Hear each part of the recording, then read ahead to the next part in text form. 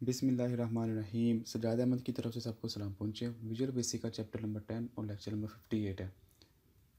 After watching this video you will be able answer this question.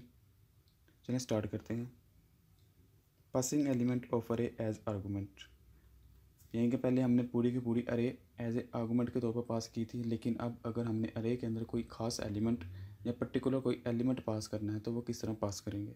Individual elements of an array can be also pass to procedure या function, यानी कि array का कोई एक ख़ास individual element या particular element भी हम एज ए आर्गूमेंट के तौर पर पास कर सकते हैं, फंक्शन को भी और प्रोसीजर को भी। उसके लिए हम कोई एग्जांपल देख लेते हैं। Write a program that input 5 number in array and pass this value to a function 1 by 1। The function return the square of the value to the print it. हमने ऐसा प्रोग्राम लिखना है जो अरे के अंदर हर एलिमेंट को पकड़ेगा और उसका स्क्वायर हमें रिटर्न करेगा।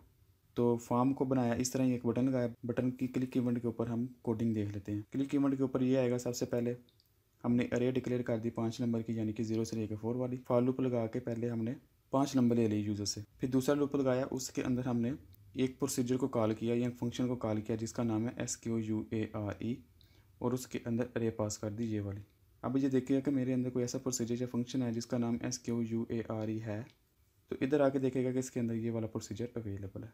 ये जनरल डिक्लेरेशन के अंदर है, और एन एज इंटीजर जो कि इसको अरे मिलेगी या कोई एलिमेंट आएगा साथ। चूँकि हमने वहाँ स्क्वायर स्टोर करना है तो इसलिए हमने वेरिएबल डिक्लेयर कर दिया एस एज इंटीजर टाइप का, और जो भी वैल्यू आएगी एन के अंदर वो उससे उसी से मल्टीप्लाई करके एस को रिटर्न कर देगा, और एस दोबारा उसको रिटर्न कर देगा किसको, जो फंक्शन या प्रोसीजर का नाम था। ये हमने पहले पढ़ा था किस तरह वैल्यू रिटर्न करते हैं। आर के पास वैल्यू आ जाएगी और इधर प्रिंट हो जाएगी वैल्यू आर की। तो इधर आ जाएगा, फ़र्ज़ करके किसी ने 2 एंटर किया है तो आ जाएगा वैल्यू 2 के, पहले वैल्यू 2 थी जिसने पहले एंटर की थी, और स्क्वायर उसका 4 आ जाएगा। फिर इस तरह अगली वैल्यू आएगी, उसका स्क्वायर ये फंक्शन कॉल होगा स्क्वायर वाला, फिर वो इधर आएगा, उसी से मल्टीप्लाई करके एस को स्टोर हो जाएगा, और दोबारा 10 वैल्यू होगी तो दोबारा इधर आके वो आर के पास स्टोर हो जाएगी, और आर फिर इधर शो करवा देगा। फ़र्ज़ करें अगला नंबर 3 था तो इधर शो हो जाएगा 9। फिर अगला लूप चला, अगली वैल्यू आएगी, फिर वो स्क्वायर वाला प्रोसीजर कॉल होगा, फिर वो इधर आएगी वैल्यू जो भी होगी उसी को उसी से मल्टीप्लाई करके रिटर्न करते रहेगा, और इधर आके वैल्यू शो हो जाएगी। तो इस तरह आउटपुट हमारे पास आ जाएगी value 1 square 1, value 2 square 4, value 3 square 9। इस तरह होइट वर्क की मैंने आपको बता दिया, आप इसको मज़ीद पढ़ सकते हैं। Thank you for watching. अल्लाह हाफिज़।